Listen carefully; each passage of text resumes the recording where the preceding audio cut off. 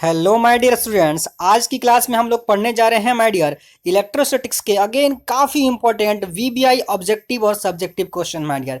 ये सभी क्वेश्चन आने वाले बोर्ड एग्जामिनेशन में माय डियर आपके बिल्कुल 100% आने की संभावना है। इसलिए आपको पूरा का पूरा क्लास देखना है, सारी वीडियो आपको अंत तक देखनी है माय डियर। और हाँ, जो भी स्टूडेंट्स नए हैं माय डियर, आपको पहले चैनल को सब्सक्राइब करना है और साथ ही साथ माय डियर इस चैनल का इस ग्रुप का लिंक जो है अपने दोस्तों तक जरूर पहुंचाना है माय डियर। शुरू करते हैं अपना आज का class my dear.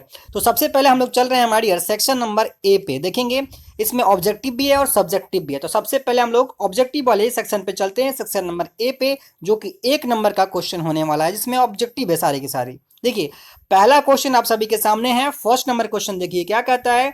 The capacity of capacitor is depends upon, किसी संधारित्र की जो धारिता होती है माय डियर वो किस बात पर निर्भर करती है। तो आपको याद रखना है कि संधारित्र की धारिता उसके आकार पर निर्भर करती है माय डियर। किस पर निर्भर करती है? आकार पे। अगर आप फॉर्मूला पे जाएं माय डियर कैपेसिटी के, तो कैपेसिटी का फॉर्मूला C इक्वल टू होता है Q/V, यानी कि कैपेसिटी चार्ज अपॉन पोटेंशियल होता है। लेकिन ना ही चार्ज पर निर्भर करती है और ना ही पोटेंशियल पर निर्भर करती है माय डियर। और इसमें देखिए पोटेंशियल और चार्ज दोनों ऑप्शन में दिया हुआ है, लेकिन फॉर्मूला में जो ये चीज़ें हैं उस पर डिपेंड नहीं करती है। ये डिपेंड किस पे करती है माय डियर? ये डिपेंड करती है आकार पे निर्भर करती है। धारिता किस पर निर्भर करेगी? आकार पर निर्भर करेगी। आगे बढ़ते हैं, अपने दूसरे क्वेश्चन पे चलते हैं my dear. Second number question देखेंगे आप सभी के सामने क्या है। The capacity of parallel plate capacitor, समानांतर प्लेट संधारित्र की धारिता आपसे पूछी जा रही है माय डियर। तो क्या होगा?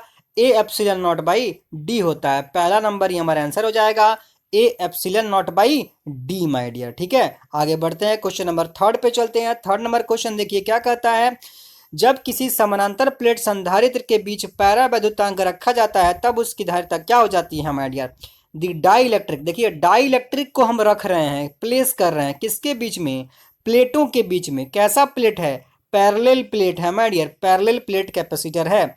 समानांतर प्लेट संधारित्र है और उसकी प्लेटों के बीच में हमने क्या रख दिया है? डाई इलेक्ट्रिक पैरावैद्युतांक रख दिया है माय डियर। तब हमें बतानी है कि इसकी धारिता कैसी होगी, धारिता कितनी होगी माय डियर। धारिता घटेगी कि धारिता बढ़ जाने वाली है? तो बिल्कुल माय डियर धारिता क्या जाती है? इंक्रीज कर जाती है, बढ़ जाती है। क्योंकि यहाँ पे जो फॉर्मूला होता है वो फॉर्मूला होता है A epsilon not by D minus T into 1/1/एप्सिलॉन आर, ये फॉर्मूला होता है। तो आप देखेंगे कि डी में से ये सारी की सारी वैल्यू क्या हो जा रही है? घट जा रही है, माइनस हो रही है। तो नीचे की वैल्यू कम हो रही है, नीचे की वैल्यू कम होगी तो सी क्या हो जाएगी? बढ़ जाएगी माय डियर। तो कैपेसिटी क्या होती है? बढ़ जाती है। कैपेसिटी क्या होती है? धारिता क्या होती है? बढ़ जाती है माय डियर, इंक्रीज कर जाती है। आगे बढ़ते हैं, चौथा नंबर क्वेश्चन देखेंगे my dear. Fourth number question देखिए आप सभी के सामने क्या कहता है। कह रहा है कि 3 इक्वल कैपेसिटर हैं जिनकी कैपेसिटी आपस में सेम है। ठीक है, और इन तीनों को मिल करके हम समतुल्य धारिता जो प्राप्त करनी है वो 4 माइक्रोफैराड की प्राप्त करनी है। तो आपको क्या बतानी है? समानांतर क्रम में जोड़ने पर समतुल्य धारिता कितनी होगी। अगर 3 संधारित्र को अगर आप श्रेणी क्रम में जोड़ देते हैं तो उनकी समतुल्य धारिता 4 माइक्रोफैराड हो जाती है। तो पैरेलल में समानांतर में जोड़ने पर उनकी धारिता कितनी होती है माय डियर। और आपको इसमें ध्यान रखना है कि जो कैपेसिटी दी गई है वो समान है, इक्वल है माय डियर। ध्यान से देखिए, 3 इक्वल कैपेसिटर, यानी जो कैपेसिटी है सबकी आपस में बराबर है। और संख्या कितनी है? 3 है, 3 है माय डियर, 3 संख्या है। और इन्हें अगर सीरीज कॉम्बिनेशन में आप जोड़ते हैं, सीरीज में अगर आप जोड़ते हैं तो 4 माइक्रोफैराड की समतुल्य धारिता मिलती है। तो समानांतर में जोड़ने पे समतुल्य धारिता कितनी होगी माय डियर। बहुत ही आसान क्वेश्चन है, क्लास में इसका सब कुछ थ्योरी आपको पढ़ाया हुआ है माय डियर। संधारित्र के केस में CP/CS ये फॉर्मूला होता है माय डियर, n² के बराबर होता है। CP/CS किसके बराबर होता है? n² के बराबर होता है। CP मतलब पैरेलल में समतुल्य धारिता और CS माने समतुल्य में, समतुल्य धारिता है श्रेणी क्रम में, सीरीज में। और n होती है संधारित्रों की संख्या। इस क्वेश्चन में देखिए साफ साफ आपको कह रहा है कि 3 संधारित्र हैं, तो n के जगह पे क्या करेंगे? 3 रखेंगे। तो 3 का स्क्वायर कीजिएगा तो क्या हो जाएगा? 9 हो जाएगा माय डियर। अब ये जो नीचे CS है, ये CS भाग कर रहा है, इधर आएगा तो गुना कर जाएगा, 9 के साथ गुना कर जाएगा माय डियर। तो क्या हो जाने वाला है, इधर बच जाएगा Cp और Cs जा करके 9 में गुना कर गया है माय डियर। और Cs का मान श्रेणी क्रम में समतुल्य धारिता आपको साफ साफ क्वेश्चन में दी हुई है 4 माइक्रोफैराड, तो 9 यहाँ हो गया और Cs का मान क्वेश्चन में आपको दिया है 4, तो 9 में 4 से मल्टीप्लाई करेंगे तो कितना हो जाएगा, 36 हो जाएगा, 36। तो Cp समानांतर क्रम में कितना आ जाएगा, 36 माइक्रोफैराड हमारा आंसर हो जाने वाला है माय डियर। कहाँ दे रखा है 36 microfarad, option number C, option number C देखिए माय डियर, 36 माइक्रोफैराड दिया हुआ है। देखिए कैपेसिटर से न्यूमेरिकल आने की संभावना आपके बोर्ड एग्जामिनेशन में सबसे ज्यादा होती है माय डियर, इसीलिए इस टेस्ट के अंदर हमने न्यूमेरिकल को रखने की पूरी कोशिश की है माय डियर। ठीक है, चलिए आगे बढ़ते हैं, क्वेश्चन नंबर 5 की तरफ चलते हैं। क्वेश्चन नंबर 5 देखिए, अगेन न्यूमेरिकल माय डियर। क्या कहता है कि what is the area of plate of two farad parallel plate capacitor having separation between the plate is 2.5 centimetre. Okay, अगर 2 फैराड अगर धारिता है, वैसे क्वेश्चन में फैराड ना देकर के माइक्रो फैराड दिया होता है, लेकिन कोई बात नहीं है, फैराड है तो फैराड ही लेंगे हम लोग। 2 फैराड धारिता है, किसकी है माय डियर, समानांतर प्लेट संधारित्र की धारिता, कैपेसिटी आपको दे रखी है 2 फैराड और प्लेटों के बीच की दूरी आपको गिवन है 0.5 सेंटीमीटर। आपको प्लेट का क्षेत्रफल बताना है। बोला सर ये हम तब बता पाएंगे जब हमें फॉर्मूला याद हो। बोला बिल्कुल, फॉर्मूला आपको याद होना चाहिए, और अभी हमने एक ऑब्जेक्टिव क्वेश्चन में आपसे इसका फॉर्मूला ही तो पूछा हुआ था, ए एप्सिलॉन नॉट बाई डी। धारिता कितनी होती है समानांतर प्लेट संधारित्र की, पैरेलल प्लेट कैपेसिटर की कैपेसिटी होती है A epsilon not by D, जहां ए एरिया होता है, यही तो आपको एरिया क्षेत्रफल आपको निकालना है क्वेश्चन में। देखिए क्वेश्चन में यहाँ क्षेत्रफल निकालने की बात पूछ रहा है आपसे। तो अब देखिए इसी धारिता है, धारिता में डी जगह के क्या हो जाएगा, गुना कर जाएगा, और एप्सिलॉन नॉट क्या करेगा आकर के, भाग कर जाएगा। एप्सिलॉन नॉट देखिए गुना कर रहा है, इधर आएगा तो भाग कर जाएगा, और डी भाग कर इधर जाएगा तो गुना कर जाएगा। तो मैं इसको सजा करके लिख देता हूँ। कैसे लिख दूंगा माय डियर, इसे सजा करके कि इस साइड एक साइड में तो ए बचेगा तो ए लिख दिया, और सी में जा करके गुना कर गया था कौन, डी, और एप्सिलॉन नॉट आ गया था, भाग कर गया था मैंने। आप अपनी कॉपी में भी खुद से कर सकते हैं, प्रैक्टिस कर सकते हैं। अब धारिता सी का मान दिया हुआ है क्वेश्चन में 2 माय डियर, साफ साफ देखिए क्वेश्चन में धारिता का मान 2 फैराड दिया हुआ है। डी होता है प्लेटों के बीच की दूरी, वो आपको क्वेश्चन में दी हुई है 0.5 माय डियर, और ये है एप्सिलॉन नॉट, इसकी वैल्यू फिक्स होती है 8.854 इंटू 10 के पावर -12। तो हम लोग 8.854 नॉट लेकर के 9 लेते हैं, अप्रोक्स कैलकुलेशन करेंगे 10 के पावर -12 माय डियर। 9 गुना 10 के पावर -12 होता कितना है, 8.854, ये 8.854 होता है, लेकिन हम इसको 9 ले रहे हैं, गुना 10 के पावर -12 होता है माय डियर, माइनस का 12 पावर में होता है। अब ये 0.5 जो ऊपर में लिखा है, मैं इसको एक बार और मिटा करके लिखता हूँ। कैलकुलेशन कुछ ऐसे हो जाएगा, 2 इंटू 0.5, 0.5 देखिए क्वेश्चन में सेंटीमीटर में है, इसको सर मीटर में बदलना पड़ेगा। मीटर में बदलने के लिए हम लोग 10 के पावर -2 से गुना करा देते हैं।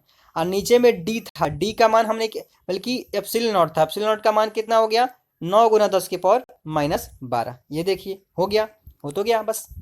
अब ये देखिए 10 के पावर -2 ऊपर में है, -2 से -2 यहाँ कटेगा तो माइनस का 10 बचेगा, माइनस का 10 बचेगा ये। ठीक है, ये एक और पॉइंट है, 0.5 है ना, तो 0.5 है, तो इसके एक और पॉइंट से एक और पॉइंट ये कट जाएगा, तो अब 10 की जगह पावर कितना हो जाएगा, -9 हो जाएगा माय डियर। अब देखिए ऊपर में 5 बचा, खाली 5 में 2 से गुना कराएंगे तो 10, 5 दूना 10 हो जाएगा, और 10 में नीचे से भाग हो जाएगा 9 माय डियर। तो क्या बच गया, ऊपर में बच गया 10 और नीचे में बच गया था 9, और 9 गुना 10 के पावर -9, ये -9 भी नीचे है। अब ये -9 जब ऊपर जाएगा तो +9 हो जाएगा, तो 10/9 इंटू 10 का पावर +9। ये देखिए अब अगर 10 में आप 9 से भाग देते हैं तो लगभग एक बार में कटेगा ये, तो 1 के आसपास कहाँ आंसर दे रखा है, ऑप्शन देखिए, ऑप्शन नंबर ए, 1 के आसपास वैल्यू है, और पावर 10 के पावर 9 जो हमारा यहाँ पहले आ चुका है, तो क्या हो जाएगा हमारा answer my dear, A number हो जाएगा।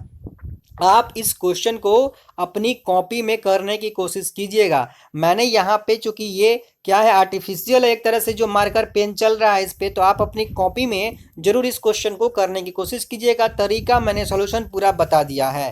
क्वेश्चन नंबर, आगे बढ़ते हैं हम लोग, क्वेश्चन नंबर 6 की तरफ चलते हैं। देखिए क्वेश्चन नंबर 6 क्या कहता है। ये भी क्वेश्चन बहुत शानदार और काफी इंपॉर्टेंट क्वेश्चन होता है बोर्ड एग्जामिनेशन के लिए। क्वेश्चन नंबर 6 मैडर, इसमें हमने थोड़ा सा डेटा को बदलाव कर दिया है। ठीक है, चलिए क्वेश्चन साफ साफ पढ़िए। पहले क्वेश्चन क्या कह रहा है, क्वेश्चन कह रहा है कि 64 आइडेंटिकल ड्रॉप हैं। ठीक है, सबकी धारिता आपस में बराबर है, कितनी है, 10 माइक्रोफैराड है। अब उनको हम ज्वाइन कर दे रहे हैं, आपस में मिला दे रहे हैं, और एक बिग ड्रॉपलेट, बड़ा ड्रॉप, बड़ा बूंद बना लेते हैं। तो अब उस बड़े बूंद की, बिग ड्रॉपलेट की धारिता बतानी है, कैपेसिटी बतानी है मैडियर। हिंदी में साफ साफ क्वेश्चन लिखा हुआ है कि 64 गो समरूप बूंद है और प्रत्येक की धारिता 10 माइक्रोफैराड है, और सब मिलकर के एक बड़ा बूंद बनाता है। तो बड़े बूंद की धारिता बतानी है। अब देखिए मैडियर, यहाँ पे एक कॉन्सेप्ट ये जानना होगा आपको, क्या कि कभी भी अगर 10, 15, 20 चीजें मिल करके एगो चीज बनाती है तो उसका आयतन कभी नहीं बदलता है मैडियर। आयतन उतना ही रहेगा, आयतन कभी नहीं बदलता है। अगर 10 पानी की बूंदें मिलकर के एक पानी की बूंद बनाएगी तो वो 10 का जो आयतन होगा मिलकर के उस अकेले के बराबर होगा। तो आयतन कभी नहीं बदलता है। और ये बात समझ में, आयतन कभी भी नहीं बदलता है मैडियर। तो देखिए इसका मतलब एक अकेले का आयतन इस 64 वो आयतन के बराबर होना चाहिए मैडियर। तो देखिए आयतन कितना होता है, पानी की बूंद, ये जो ड्रॉपलेट्स होती है इसका साइज जो होता है वो कैसा होता है, वो होता है, इसकी आकृति होती है गोलाकार, स्फेरिकल। तो स्फीयर का आयतन होता है, गोला का आयतन आपने पढ़ा होगा 10वीं क्लास में, 4/3 pi R cube, 4/3 pi R cube, ये गोला का आयतन होता है। तो बोला सर एक गोला का आयतन है, ऐसा ऐसा कितना गोला है, 64 गो गोला है सर। तो 64 गोला का पूरा आयतन, ये पूरा आयतन बराबर होना चाहिए किसके, एगो बड़े गोले के बराबर होना चाहिए। तो बड़ा गोला का आयतन कितना मान लेंगे, 4/3 पाई बड़ा वाला आर क्यूब, बड़ा वाला आर क्यूब। ये यहाँ देखिए छोटा आर क्यूब है क्योंकि छोटा सा त्रिज्या होगा, और एक बड़ा अगर बूंद बनेगा तो उसकी त्रिज्या हमने बड़ा आर मान लिया है। तो 4/3 से 4/3 कैंसिल हो जाएगा, पाई से पाई कैंसिल हो जाएगा।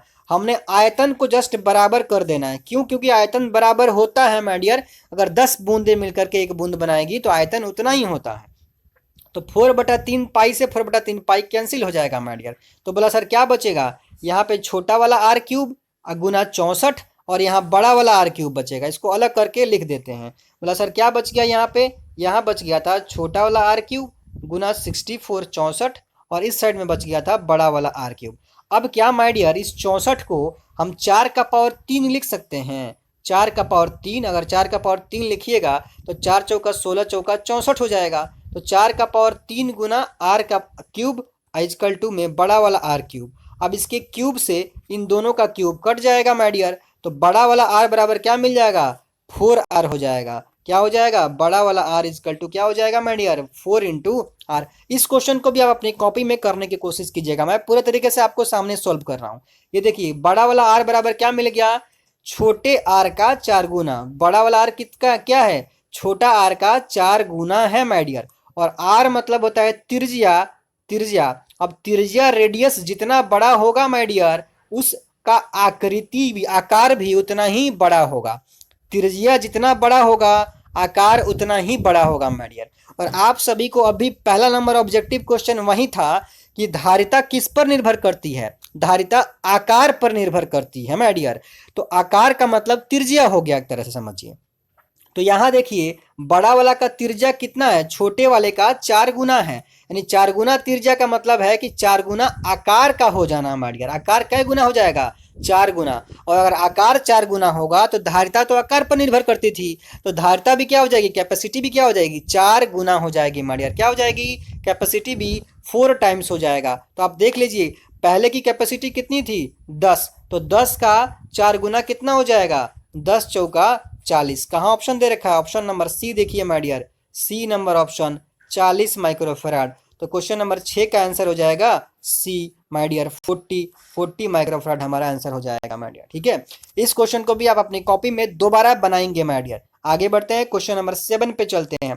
क्वेश्चन नंबर 7 देखिए, the relationship between dielectric constant and electrical susceptibility में यार काफी इंपॉर्टेंट ऑब्जेक्टिव क्वेश्चन होता है कि परावैद्युतांक और विद्युतीय प्रवृत्ति के बीच में क्या संबंध होता है। बिल्कुल सर, ये संबंध होता है ए के इजकल टू 1 प्लस काई होता है। इस के को हम लोग एप्सिलन आर भी लिख सकते हैं कि epsilon R is equal to 1 plus chi, या के भी लिख सकते हैं, सापेक्षिक विद्युतशीलता कह लीजिए या परावैद्युतांक भी कह लीजिए माय डियर। ठीक है, आगे बढ़ते हैं, क्वेश्चन नंबर 8 पे चलते हैं माय डियर।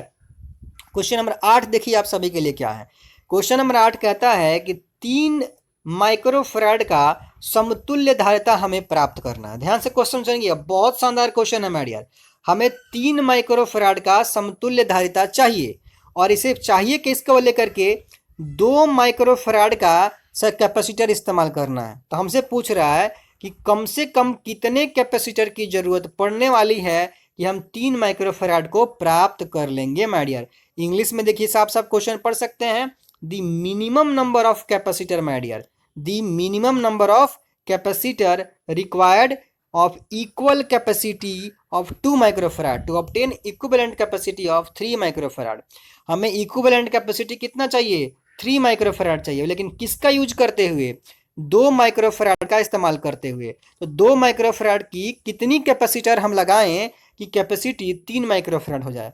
बोला सर बहुत ही ज़्यादा आसान क्वेश्चन है। कैसे, ये देखिए, अगर हम लोग क्या करें माय डियर कि एक कैपेसिटर ऐसे है और एक कैपेसिटर ऐसे, ये दोनों किस में हो गया, सीरीज में, और इसके साथ में माय डियर अगर हम क्या कर लें, पैरेलल में एक कैपेसिटर लगा लें।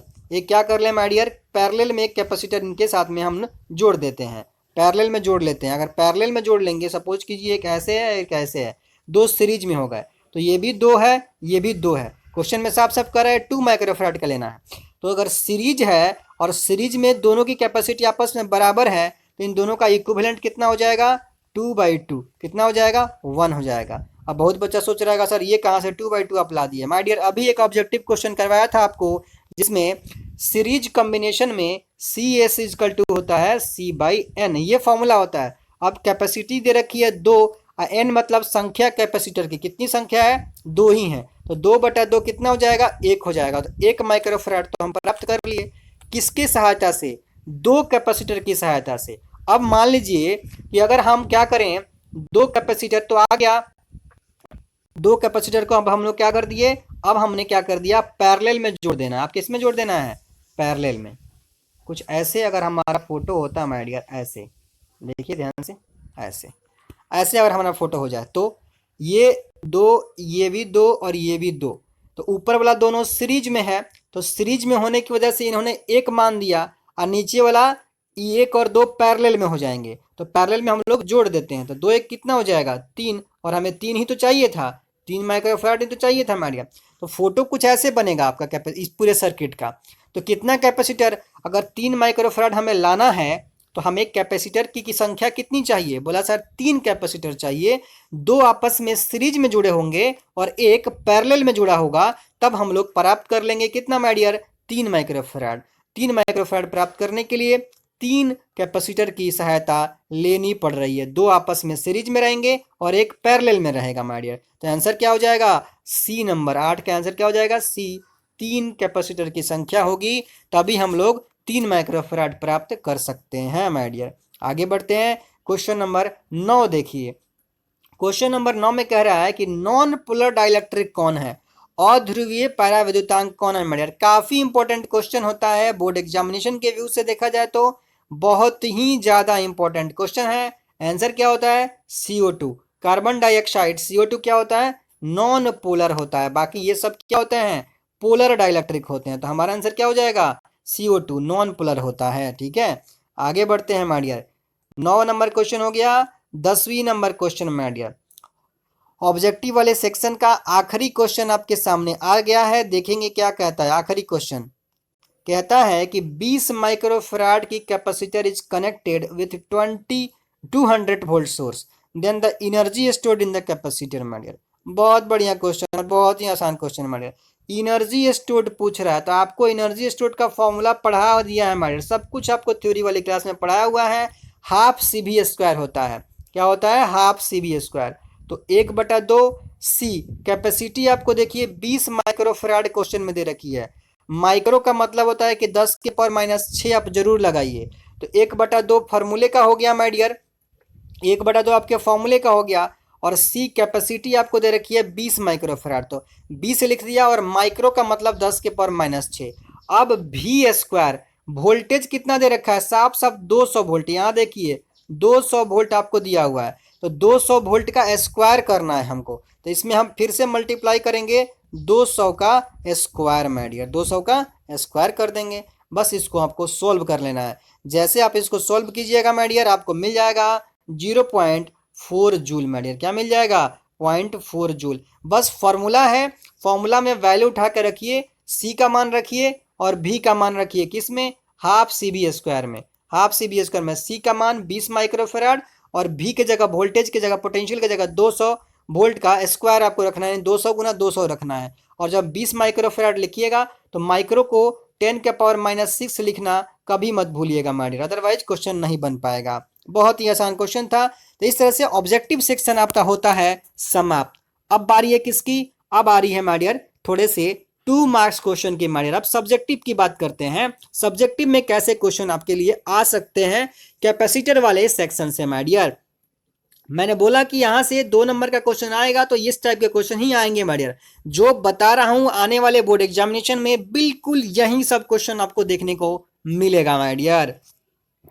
देखेंगे सेक्शन नंबर बी क्या कहता है। पहला क्वेश्चन, समानांतर प्लेट संधारित्र में संचित ऊर्जा के लिए व्यंजक निकालना है। सब कुछ क्लास में आपको पढ़ा रखा है, जाइए आप पहले प्लेलिस्ट में जाकर के इसका पूरा का पूरा फुल डेरिवेशन आपको दिया गया है, वहां पे जाकर के आप देख लेंगे। अभी हमने समांतर प्लेट में कितनी संचित ऊर्जा होती है, अभी व्यंजक मैंने आपको बताया भी, हाफ सी भी स्क्वायर माय डियर। ठीक है, आगे बढ़ते हैं। क्वेश्चन नंबर 2 देखिए, समानांतर प्लेट संधारित्र की धारिता का व्यंजक ज्ञात करना है my dear. Parallel plate capacitor की कैपेसिटी इसकी ड्राइव करनी है। 2 बार हमने अभी इस क्वेश्चन को डिस्कस कर लिया है। ऑब्जेक्टिव में ए एप्सिलॉन नॉट बाई डी होती है, एप्सिलॉन नॉट बाई डी होती है, और इसका डेरिवेशन भी थ्योरी वाली क्लास में आपको पूरा करवाया हुआ है। जाएंगे प्लेलिस्ट में, सारी की सारी वीडियो, एक एक टॉपिक का वीडियो मिलेगा आपको, जरूर से जरूर देखना है आप सभी को माय डियर। आगे बढ़ते हैं, क्वेश्चन नंबर 3 पे चलते हैं। 3 नंबर क्वेश्चन के लिए थोड़ा सा मैं इसको आपको जूम कर रहा हूं ताकि आप साफ साफ देख सकें कि क्वेश्चन क्या है माय डियर। चलिए यहाँ देखिए साफ साफ क्वेश्चन में आपको क्या निकालना है, आप वो देखेंगे। क्वेश्चन में कह रहा है, एक फोटो दिया हुआ है और फोटो में कह रहा है कि आप संधारित्र C2 को पहले खोजिए और C2 के विभवांतर और उसमें संचित ऊर्जा का मान निकालना है। ठीक है, संचित, देखिए इसको हिंदी में लिख दिया है क्योंकि इंग्लिश में आप फोटो में साफ साफ सब कुछ इंग्लिश में लिखा हुआ था, इसलिए जस्ट ऊपर में मैंने हिंदी में लिखा है। तो इंग्लिश मीडियम के स्टूडेंट को घबराना नहीं है, आप सिर्फ अंदर वाला केवल पढ़ेंगे। ठीक है, और हिंदी मीडियम के लिए सिर्फ ये लाइन पढ़ना है और फोटो देखना है, काम खत्म हो जाएगा। चलिए देखिए क्वेश्चन में क्या कह रहा था माय डियर कि हमें संधारित्र C2 का विभवांतर पता करना है। C2 कहाँ है, यहाँ दे रखा है C2, ये C1 है, C2 है, C3 है, उसका विभवांतर बताना है और उसमें संचित ऊर्जा बतानी है माय डियर। ठीक है, तो अगर विभवांतर बताना होगा माय डियर तो सबसे पहले हमें समतुल्य धारिता निकालनी पड़ेगी। देखिए क्वेश्चन में आप साफ साफ पढ़ेंगे, C1 का मान दिया है 20 माइक्रोफैराड, C2 का मान दिया है 30 माइक्रोफैराड और C3 का मान दिया है किसमें, 15 माइक्रोफैराड। तीनों श्रेणी क्रम में जुड़े हैं, श्रेणी क्रम में, तो श्रेणी क्रम में जुड़े हैं सीरीज कॉम्बिनेशन में, तो समतुल्य धारिता इनकी क्या कर दीजिए, फटाफट से आप लोग निकाल दीजिए। बोला सर कैसे निकालते हैं, तो ऐसे निकालते हैं 1/C1 plus 1/C2 plus 1/C3 my dear, ये फॉर्मूला होता है। तो 1/20 प्लस 1/30 प्लस 1/15, जब इसको सोल्व कर लेके इक्वल करेंगे, सोल्व करेंगे तो ये वैल्यू आपको मिल जाने वाली है माय डियर। कितनी मिलेगी, ये मिल जाएगी 3/20, 3/20 मिलेगी। लेकिन ये 1/C की वैल्यू होती है, 1/C की वैल्यू, हमें C चाहिए, समतुल्य धारिता चाहिए, तो हम इसको उल्टा कर देंगे। जब उल्टा कीजिएगा तो ये 20/3 हो जाएगा। तो समतुल्य धारिता C इक्विवेलेंट का मान आपको मिल जाएगा 20/3 माइक्रोफैराड। आप अपनी कॉपी में जरूर करने की कोशिश करेंगे माय डियर। ठीक है, मैं आपको यहाँ करवा रहा हूँ भले, लेकिन आपको कॉपी में ये सारे न्यूमेरिकल्स करने हैं माय डियर। ठीक है, चलिए मेरा कॉन्सेप्ट बस आप सीख जाइए और खुद से करने की कोशिश कीजिए, तभी आपके लिए बेहतर रिजल्ट की प्राप्ति हो सकती है माय डियर। ठीक है, चलिए तो 20/3 माइक्रोफराड समतुल्य धारिता आ गई हमें।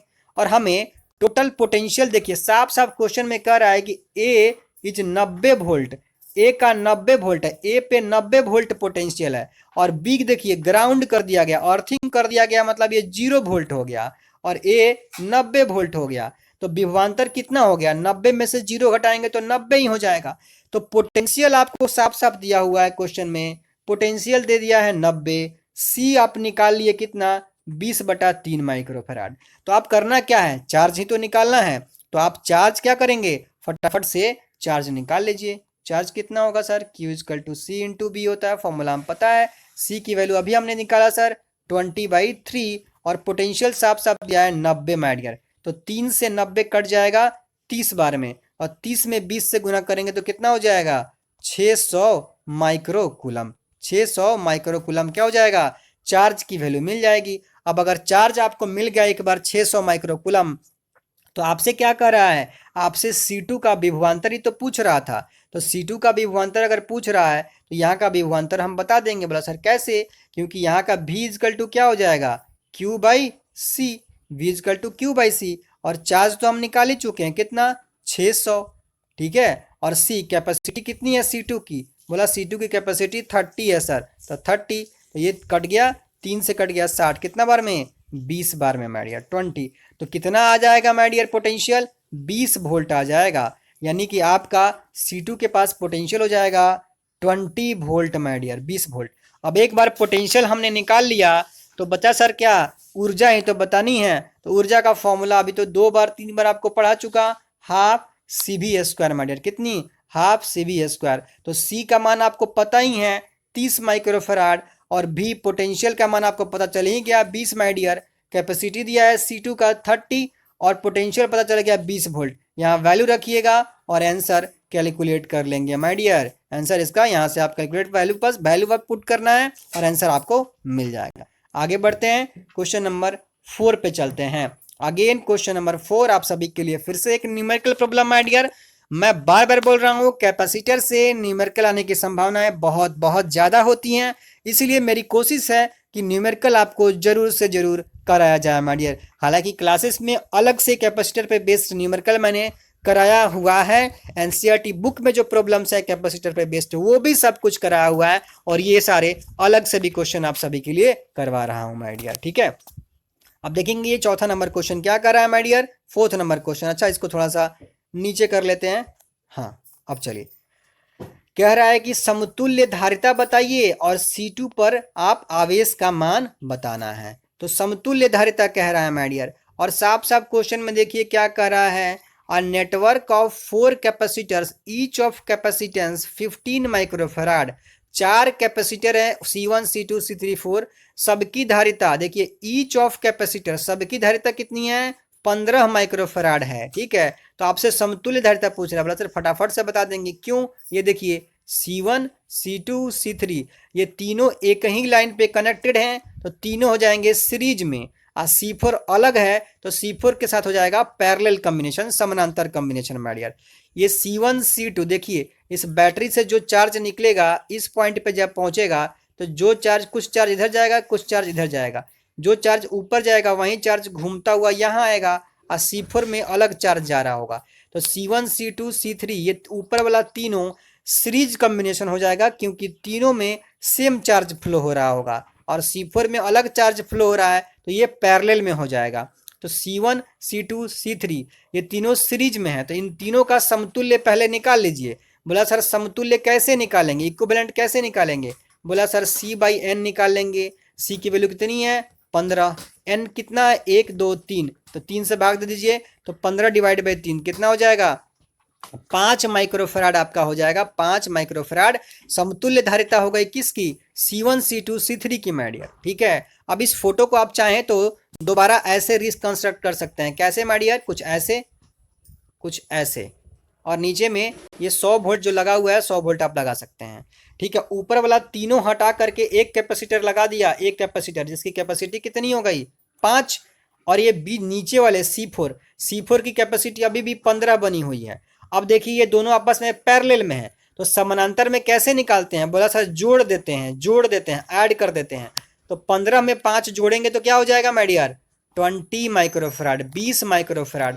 तो समतुल्य धारिता जो पूछी जा रही थी हमसे वो कितना हो जाएगा? 20 माइक्रोफराड हो जाने वाला है। कैसे आया 20 माइक्रोफराड माय डियर? ऊपर का तीनों सीरीज कॉम्बिनेशन था तो इन तीनों को मिलकर के 5 हो गया, और नीचे वाला C4 15 था, तो ये 5 और 15 पैरेलल में है, तो पैरेलल में है तो जोड़ दिया, तो 20 माइक्रोफराड हमारा हो गया समतुल्य धारिता का मान माय डियर। अब आपसे कह रहा है कि नहीं नहीं, हमें तो माय डियर आपको बतानी है C4 पे आवेश कितना है वो भी बता दीजिए। तो अगर हमें आवेश यहाँ पे बतानी है, चार्ज बतानी है, इस पे आवेश बतानी है, तो Q इजकल टू क्या होता है my dear? Q equal to कितना होता है? हमें पता है sir Q equal to C into V होता है। कैपेसिटी इजकल टू क्या होती है? C इंटू वी होती है माय डियर। तो अब देखिए इसकी कैपेसिटी, C4 की कैपेसिटी आपको पता है और पोटेंशियल भी आपको पता है। क्यों?